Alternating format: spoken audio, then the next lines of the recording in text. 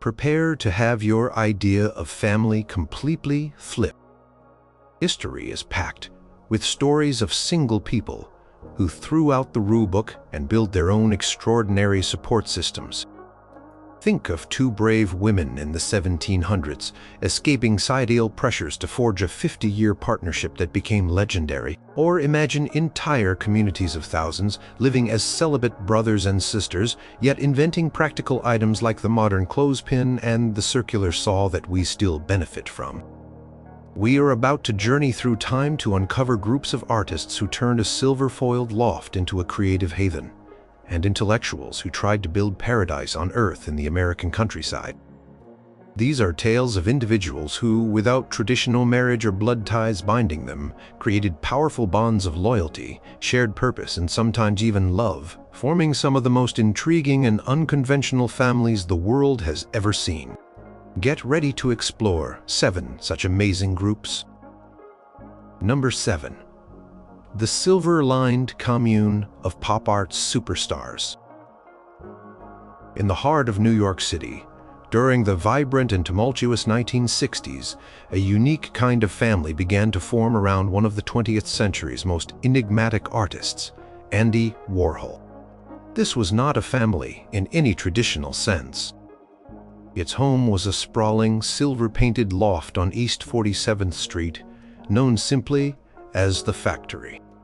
Came a magnet for a diverse collection of artists, musicians, writers, filmmakers, models, and socialites, many of them single, searching, and eager to be part of something new and exciting.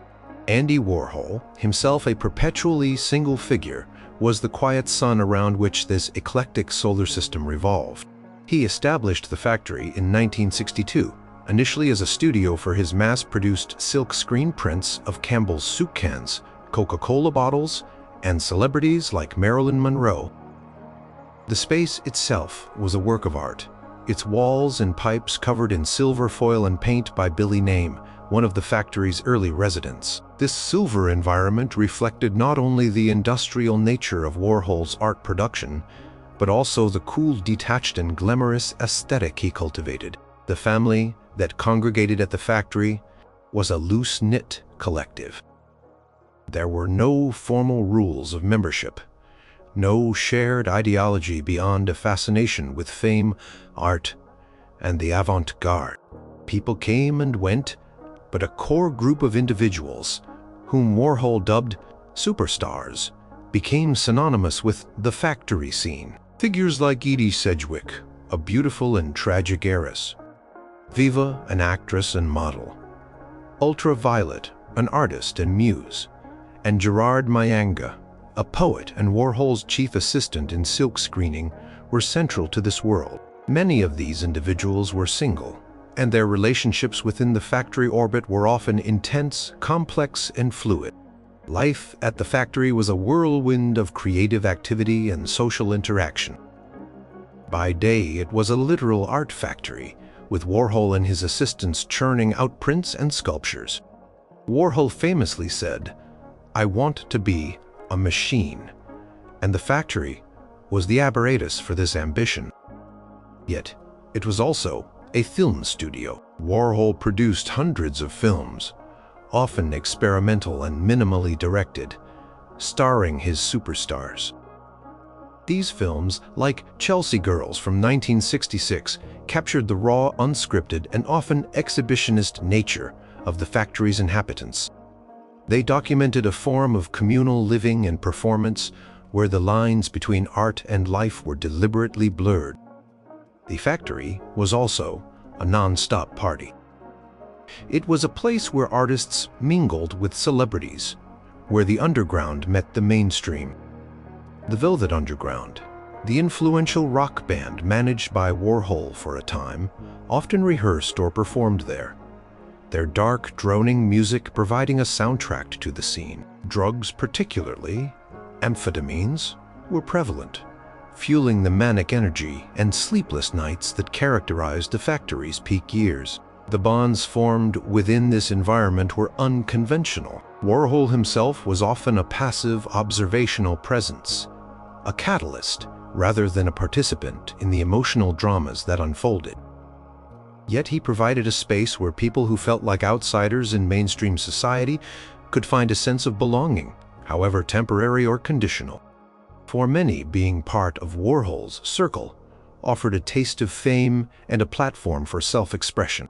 They were, in a way, a chosen family, united by their connection to Warhol and their participation in his artistic project.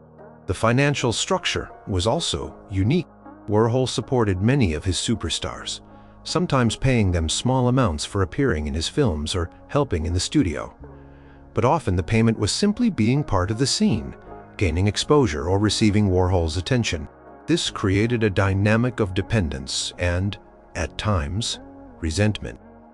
The initial silver-foiled factory on East 47th Street operated from 1962 until 1968. Its era as the epicenter of this particular family began to wane after a pivotal and tragic event.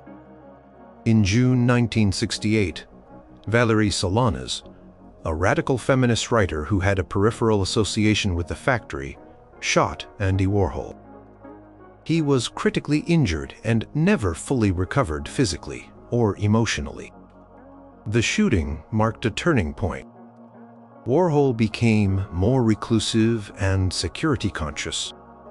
The factory moved to a new location on Union Square, and while it continued to be a hub for Warhol's work, the open, chaotic, and communal atmosphere of the Silver Era was largely gone. The family structure, always fluid, began to dissolve and transform. Many of the superstars drifted away, some achieving further fame, others succumbing to the excesses of the lifestyle. The factory remains a legendary phenomenon.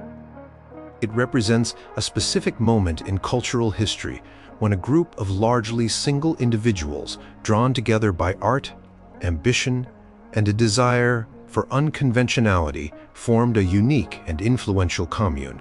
It was a family built on shared creativity, a hunger for the spotlight, and the enigmatic presence of Andy Warhol, producing a legacy of art and cultural impact that continues to be analyzed and debated decades later. It was a family that produced hundreds of artworks, over 60 films, and countless iconic photographs, all within about a 6-year period in its most famous incarnation. Number 6. The Intellectual Dreamers of Brook Farm.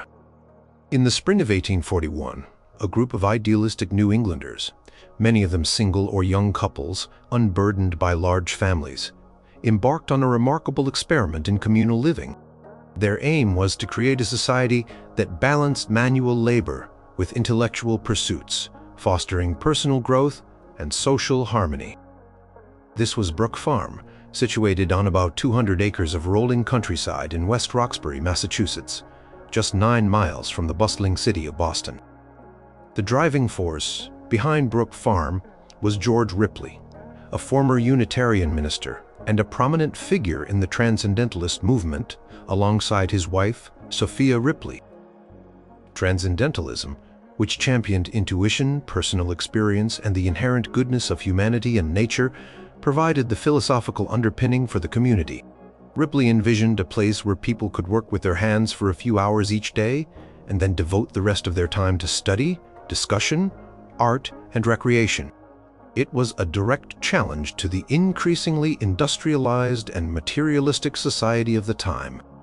Community started with around 15 to 20 initial members, but it grew steadily, eventually numbering around 100 to 120 individuals at its peak. Many were writers, teachers, reformers, and artisans, drawn by the promise of a more fulfilling and equitable way of life. Single men and women were integral to the community, participating fully in its work and intellectual life. Among its residents and frequent visitors were notable figures like Nathaniel Hawthorne, who later fictionalized his experiences in the Blithedale Romance, Charles Dana, who would go on to become a powerful newspaper editor, and Margaret Fuller, a leading feminist writer and critic who was a regular visitor and supporter. Life at Brook Farm was structured around shared labor and shared rewards. Members worked in the fields, tended livestock, cooked, cleaned, and taught in the community's excellent school, which quickly gained a wide reputation and attracted students from outside the community, providing a vital source of income. The workday was typically 10 hours in the summer and 8 in the winter. In exchange for their labor, members received housing, food, clothing, and access to all the educational and cultural activities. There was a strong emphasis on equality, with men and women sharing in various tasks, though some division of labor along traditional gender lines persisted. The family atmosphere was cultivated through communal dining, evening gatherings filled with music, dancing, theatrical performances, and stimulating conversations. Intellectual life was rich and vibrant. There were lectures, readings, and discussions on literature, philosophy, theology, and social reform. The aim was to create what Ripley called a more natural union between intellectual and manual labor. This environment was particularly liberating for single individuals, offering a supportive community and intellectual companionship outside the confines of traditional family structures. However, the dream was not without its difficulties. The farm itself was not particularly fertile, and many of the members, being intellectuals and city folk, lacked extensive agricultural experience. Financial struggles were a constant concern. The community was organized as a joint stock company, with members purchasing shares. While there was immense enthusiasm and goodwill, practical challenges mounted. In 1844, Brook Farm underwent a significant transformation. Influenced by the ideas of the French social theorist Charles Fourier, the community officially reorganized itself as a Fourierist phalanx, adopting a more complex and regimented system of work and social organization. They began construction of a large communal dwelling called the phalanstery, envisioned as the central hub of their new social order. This shift, however, alienated some of the original transcendentalist members who preferred a less structured approach. The end of Brook Farm came rather suddenly. On March 3, 1846, the nearly completed phalanstery, uninsured and representing a huge investment of the community's resources, burned to the ground. The financial loss was devastating, estimated at around $7,000, a considerable sum at the time. This catastrophe, coupled with existing debts and declining membership, proved to be the final blow. George Ripley and the remaining members struggled on for a while, but by August 1847, the Brook Farm experiment was officially over. Property was sold, and its members dispersed, carrying with them the memories and lessons of their utopian venture.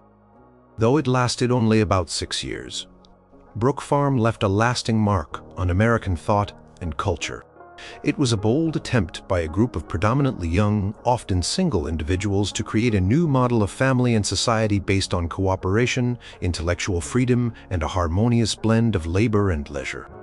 It demonstrated the power of shared ideals to bring people together in pursuit of a common dream, even if that dream ultimately proved unsustainable in its original form. The experiences there fueled literary works and continued to inspire discussions about alternative ways of living for generations to come. Number 5. The Devout Sisters of the Beguinages. Long before modern communes or intentional communities, a unique social and religious movement swept across parts of Europe, offering single women an unprecedented degree of independence and spiritual fulfillment. These were the Begans, lay religious women who, from the late 12th century onwards, chose to live in communities dedicated to piety, charity, and work, without taking permanent monastic vows. Their settlements, known as beguinages, became remarkable havens of female autonomy and communal living, essentially forming large families of unattached women. The Beguine movement flourished primarily in the Low Countries, modern-day Belgium and the Netherlands, northern France, and the German Rhineland. It emerged during a period of significant religious fervor and social change. There were several factors contributing to its rise. Wars and crusades had led to a demographic imbalance with more women than men in many urban areas. Traditional monastic life, requiring binding vows and often substantial dowries, was not accessible or appealing to all devout women. The Beguines offered an alternative, a way to live a religious life in the world, retaining personal property and the freedom to leave if they chose. Beguinages varied greatly in size and structure. Some were small houses accommodating a few women, while others were extensive walled complexes resembling small towns, complete with houses, chapels, infirmaries, and workshops, sometimes housing hundreds or even over 1,000 beguines. The Great Beguinage of Leuven in Belgium, for example, covered about 70 acres, and at its peak around the year 1300, it housed approximately 360 beguines. These larger beguinages often had a grand mistress or grand dame who oversaw the community, but decisions were typically made with some degree of democratic participation. Daily life for a beguine was a blend of prayer, contemplation, and manual labor. Many beguines were skilled artisans, particularly in the textile industries, producing wool and linen cloth, lace, and embroidery. Others engaged in nursing the sick, caring for the poor, or teaching children. This work not only provided them with economic self-sufficiency, a radical concept for many women of the era, but also allowed them to practice Christian charity in tangible ways. They followed rules of conduct and participated in communal religious services, but their spiritual practices were often deeply personal and mystical. This family of women was bound by shared religious devotion and a commitment to a particular way of life. New members were typically single women or widows. They did not renounce their personal property upon entering a beguinage, and they were free to leave and marry if they wished, though many chose to remain for life. This flexibility distinguished them sharply from nuns in traditional monastic orders. The Beguines created a supportive environment where women could pursue spiritual growth, engage in meaningful work, and enjoy fellowship without male oversight or control. The Beguine movement produced remarkable figures, including mystics and writers like Hadewich of Antwerp, Mechthild of Magdeburg, and Marguerite Porete. These women wrote passionately about their spiritual experiences, contributing significantly to vernacular literature and Christian mysticism. Their writings reveal a profound and often intensely personal relationship with God, challenging some of the established theological norms of the time.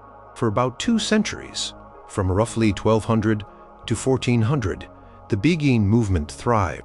Tens of thousands of women across Northern Europe found a unique form of freedom and community within these sisterhoods.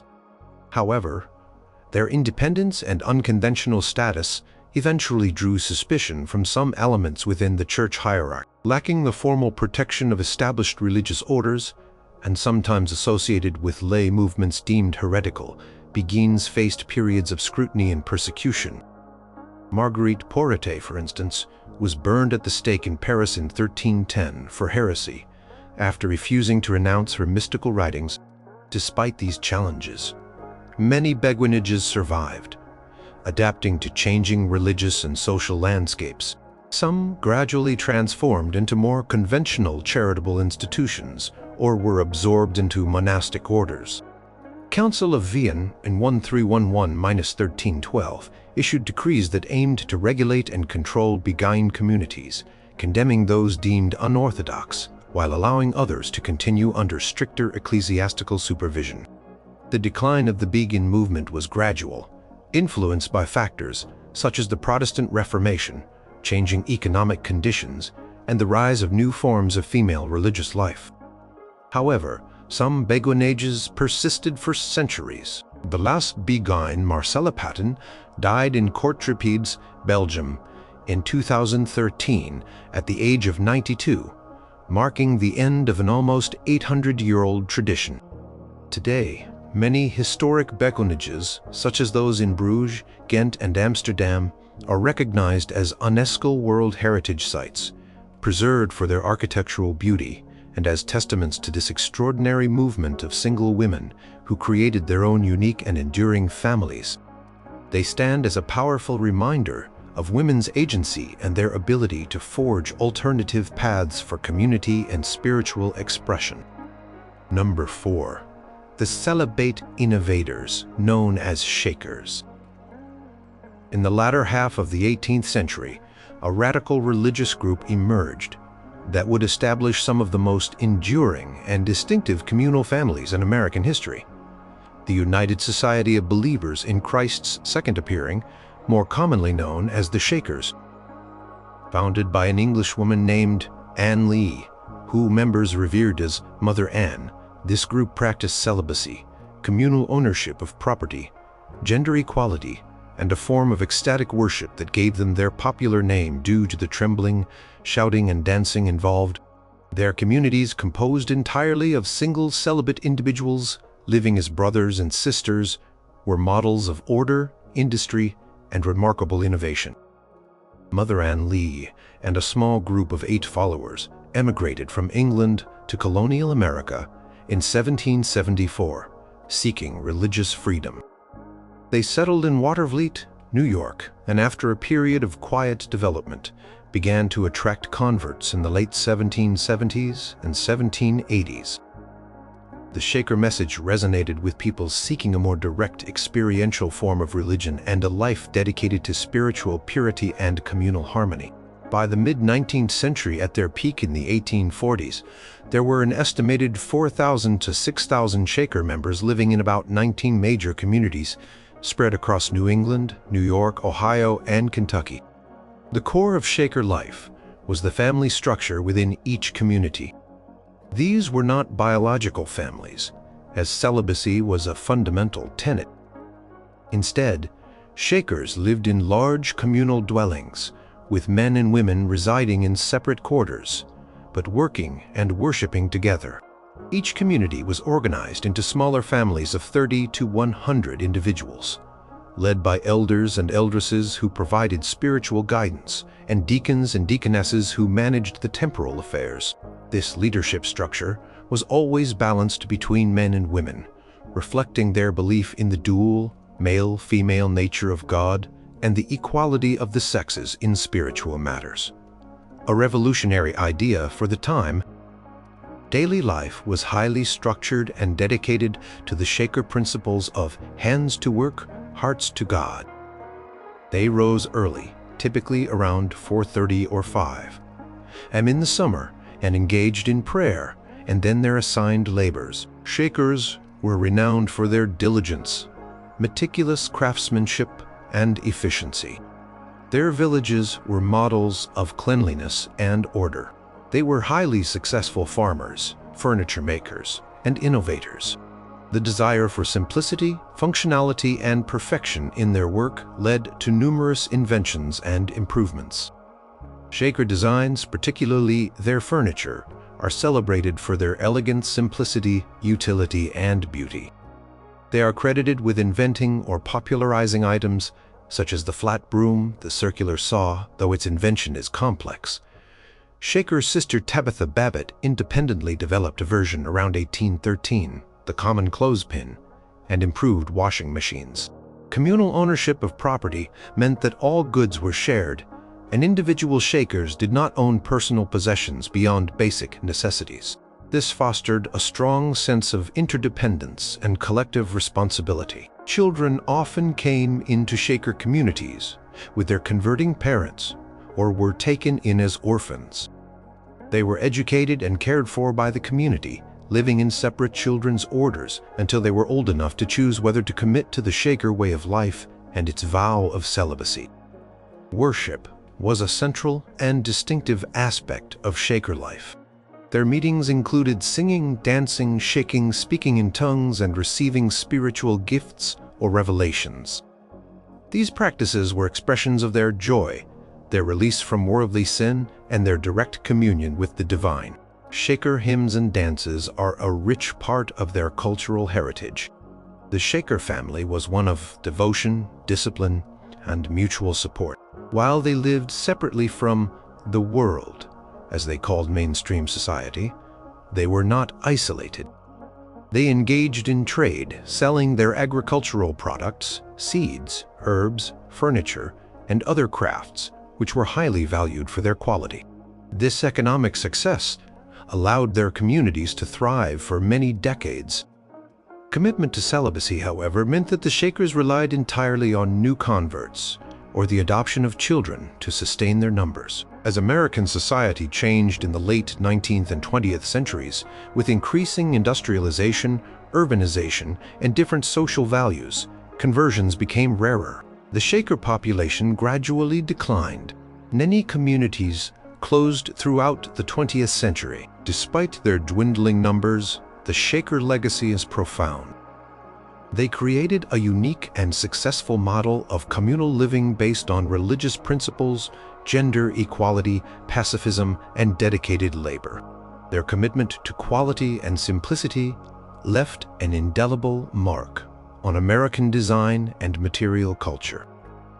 Today, only one active Shaker community remains, at Sabbath Day, Lake, Maine.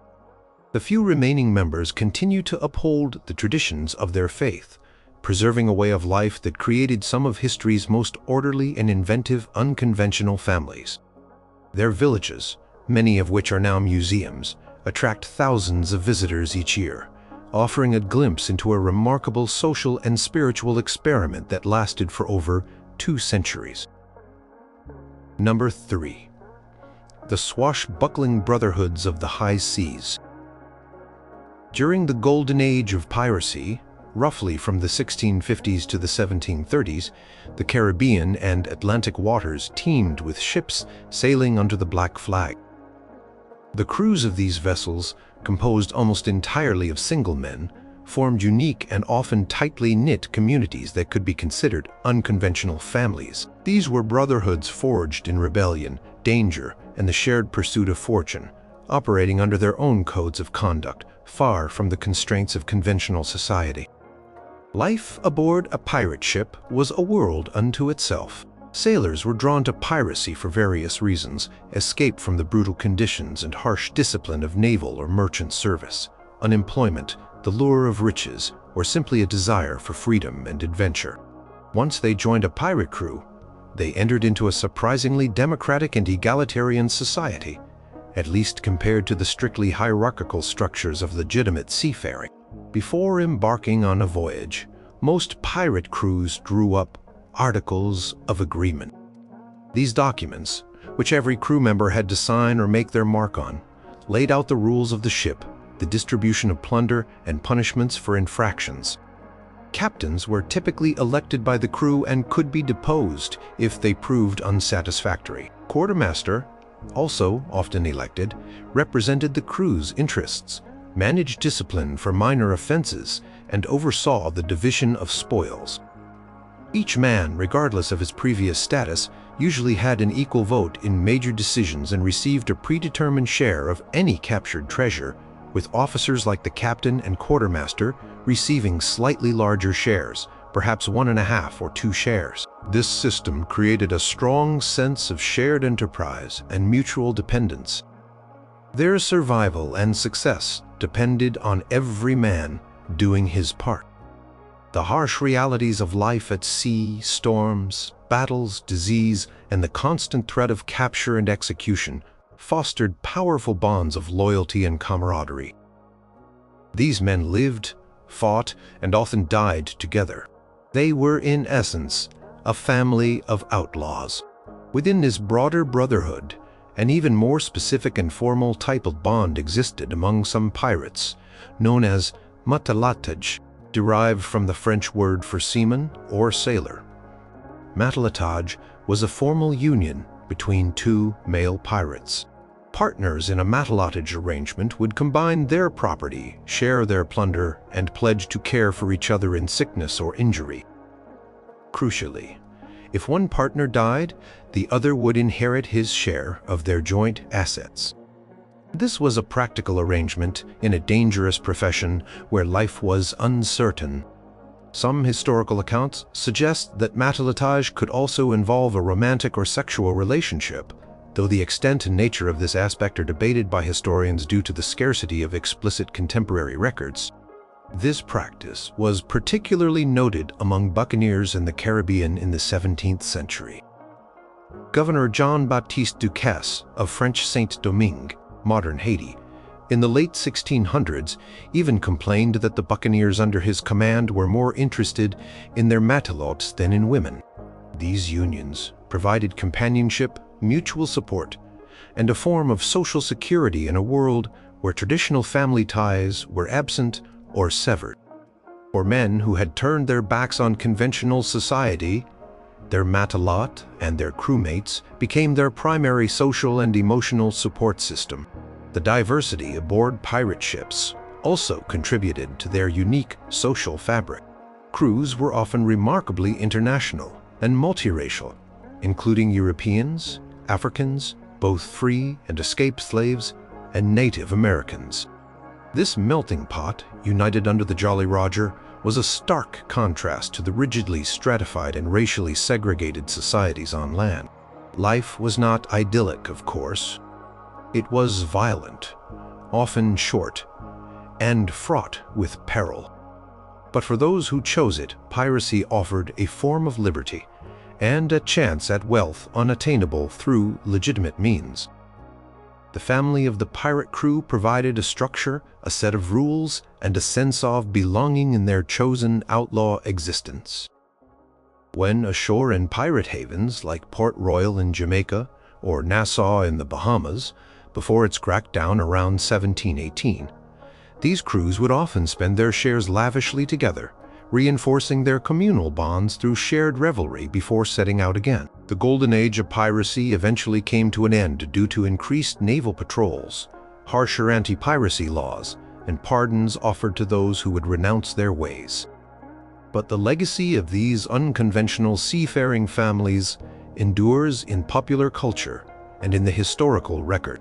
They represent a fascinating example of how groups of single individuals, operating outside the law, created their own social structures, codes of honor, and systems of mutual support, forming brotherhoods as strong as any blood tie, bound by the shared adventure.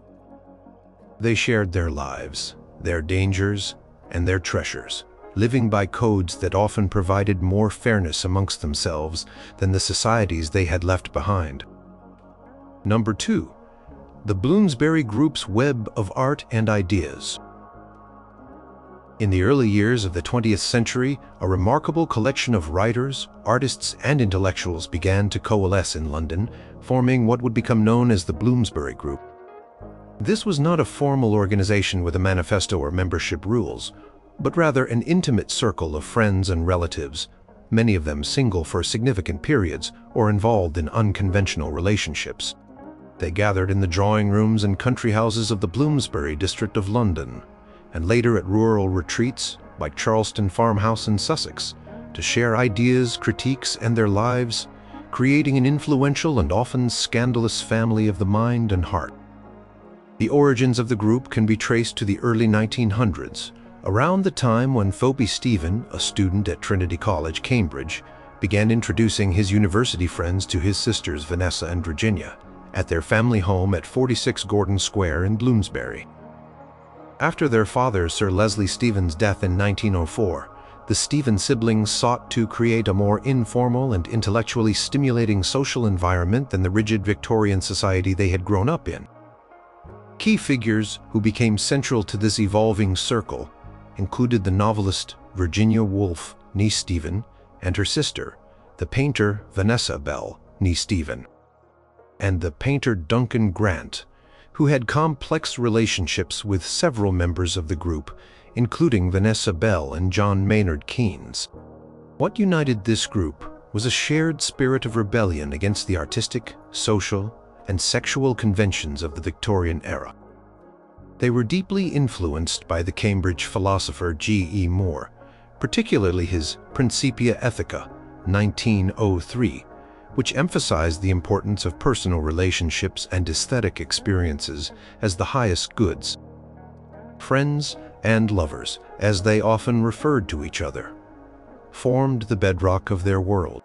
Many members of the Bloomsbury group remained single for extended periods, or chose partners and lifestyles that defied societal norms. Virginia Stephen married Leonard Woolf in 1912, forming a deep intellectual and supportive partnership. Vanessa Stephen married Clive Bell in 1907, but their marriage evolved into an open one. Vanessa later formed a lifelong partnership with Duncan Grant, with whom she had a daughter, Angelica, despite Grant's primary relationships being with men. Leighton Strachey was openly homosexual at a time when it was illegal, and had significant relationships with figures like Duncan Grant and the painter Dora Carrington. John Maynard Keynes, after relationships with men including Duncan Grant, married the Russian ballerina Lydia Lapakova in 1925.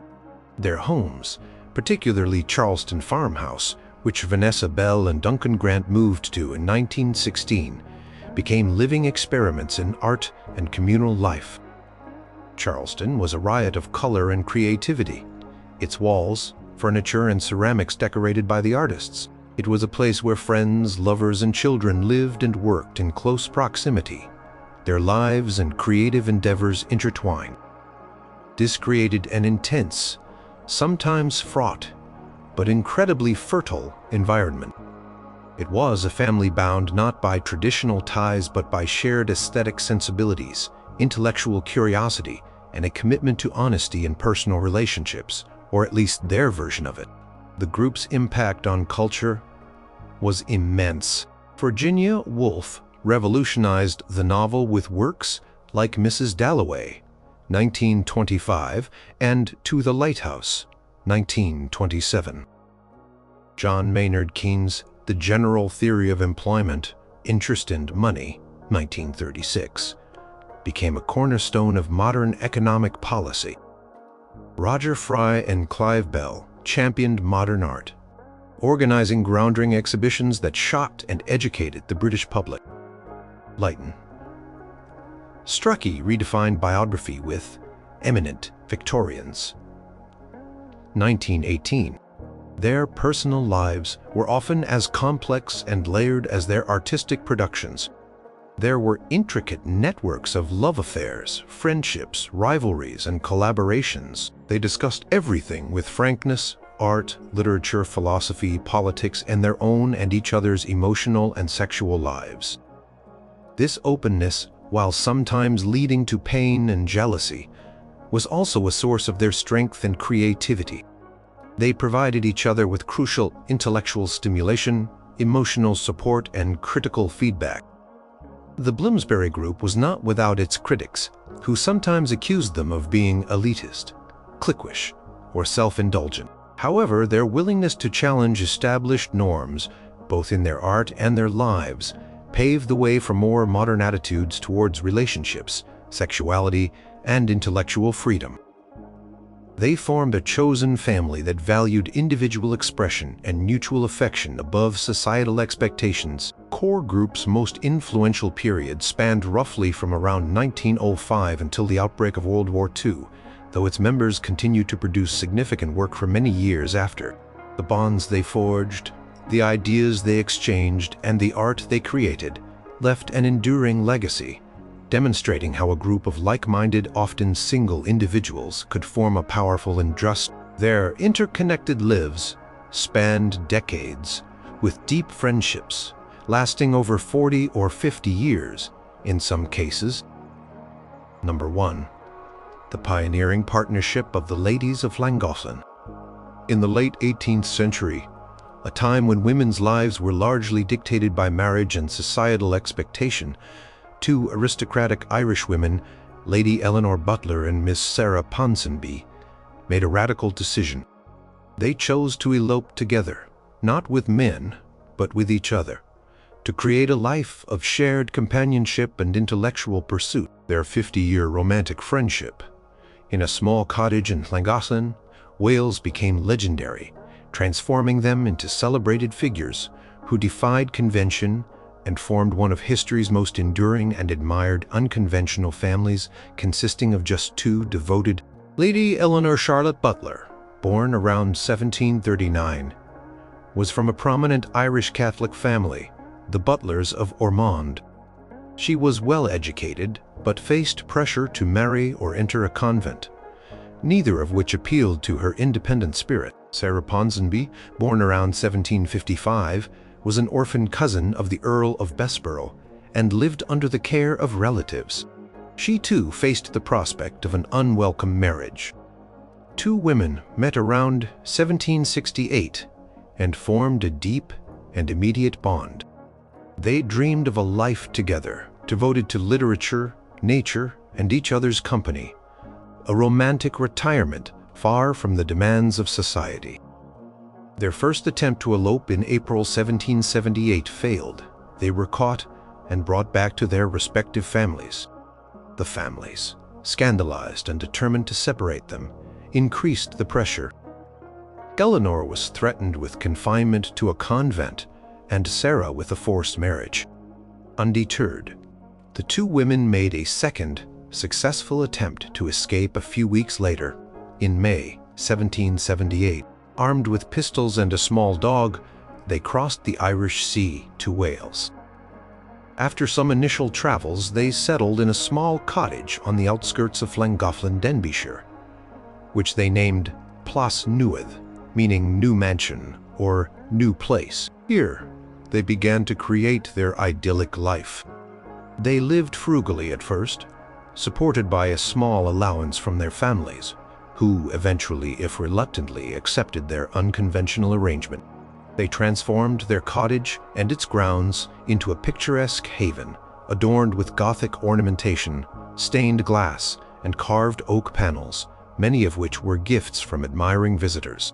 Their daily routine was one of study, gardening, correspondence, and improving their home. They read extensively in literature, philosophy, and history, and kept a detailed journal documenting their lives, thoughts, and the numerous visitors who sought them out. Their unconventional lifestyle, combined with their aristocratic backgrounds and intellectual pursuits, began to attract attention. Far from being ostracized, the ladies of Llangollen, as they became known, gradually became celebrities. Their secluded cottage became a point of pilgrimage for many of the leading figures of the day. Poets like William Wordsworth, Robert Southey, and Anna Seward visited and wrote about them. Other distinguished guests included the Duke of Wellington, Sir Walter Scott, Lord Byron, and the philosopher Edmund Burke. These visitors were charmed by the ladies' erudition, their devotion to each other, and the romantic ideal they embodied. Wordsworth composed a sonnet in their honor. Their fame spread, and they received a pension from King George the High in 1798, which helped secure their financial stability. Eleanor and Sarah adopted a distinctive, somewhat masculine style of dress, often wearing tailored riding habits, cravats, and powdered hair. This, along with their intense bond, has led to much speculation by later generations about the nature of their relationship. Contemporaries generally viewed them through the lens of romantic friendship, a concept prevalent in the 18th and 19th centuries that allowed for passionate, loving, and exclusive relationships between people of the same sex without necessarily implying a sexual component, or at least without it being publicly acknowledged as such. Whatever the precise nature of their intimacy, their commitment to each other was absolute and lifelong. They lived together at Plas Newydd for half a century. Their family consisted of themselves, their beloved dogs, and a small staff of loyal servants. They created a world of their own, defined by shared intellectual interests, mutual affection, and a rejection of conventional societal roles for women. Their life was a testament to female agency and the possibility of finding fulfillment outside of marriage. Lady Eleanor Butler died on June 2, 1829, at the age of about 90. Sarah Ponsonby, heartbroken, outlived her companion by only 2.5 years, passing away on December 9, 1831, at the age of 76. They were buried together in the churchyard of St. Colin's Church in Llangollen, under a shared monument that attests to their enduring partnership. The ladies of Llangollen left a remarkable legacy. They demonstrated that two single women could create a meaningful, respected, and celebrated life together on their own terms. Their story challenged contemporary notions of what constituted a fulfilling life for women and provided an inspiring example of devoted companionship. Plas Newydd, still standing and now a museum, continues to attract visitors, a lasting tribute to this pioneering pair who forged one of history's most famous and unconventional loving families. Their courage to live authentically made them icons of romantic friendship and female independence for over 200 years.